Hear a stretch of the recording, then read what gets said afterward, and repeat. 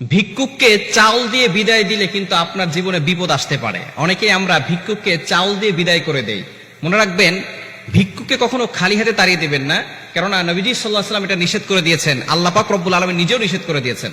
আল্লাহ পাক রব্বুল আলামিন নিজে বলছেন, কোরআন খুলেন 30 নম্বর পারা 17 নম্বর পৃষ্ঠার 8 নম্বর লাইন, সূরাতুদ দুহার 9 নম্বর আয়াতে আল্লাহ বলছেন, ফাআম্মাল ইয়াতীমা ফালা তাকহার, তুমি ভিক্ষুককে কখনো ধমক দিও না।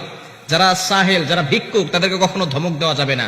ও আম্মা সাইলা ফালা তানহার, আল্লাহ পাক রব্বুল আলামিন ভিক্ষুককে ধমক দিতে নিষেধ করে দিয়েছেন। এজন্য আমাদেরকে সব সময় এই বিষয়ে খেয়াল রাখতে হবে। ফাআম্মাল ইয়াতীমা ফালা তাকহার ওয়া আম্মা সাইলা ফালা তানহার, আল্লাহ পাক রব্বুল আলামিন এতিম, অসহায়, মিসকিন, গরিব যারা আছে তাদেরকে তাড়িয়ে দিতে নিষেধ করেছেন।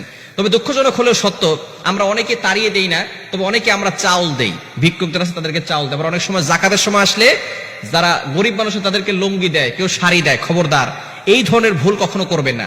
যাকাতের টাকা দিয়ে লুঙ্গি, শাড়ি কিনে দেওয়া, এটা কিন্তু ইসলাম সাপোর্ট করে না। ইসলাম এটাকে নিষিদ্ধ ঘোষণা করেছে। আপনি জাকাতের কিছু দোকান আছে, জাকাতের শাড়ি কিনে, জাকাতের লুঙ্গি কিনে তারা এক একজনকে লুঙ্গি দেয়, শাড়ি দেয়।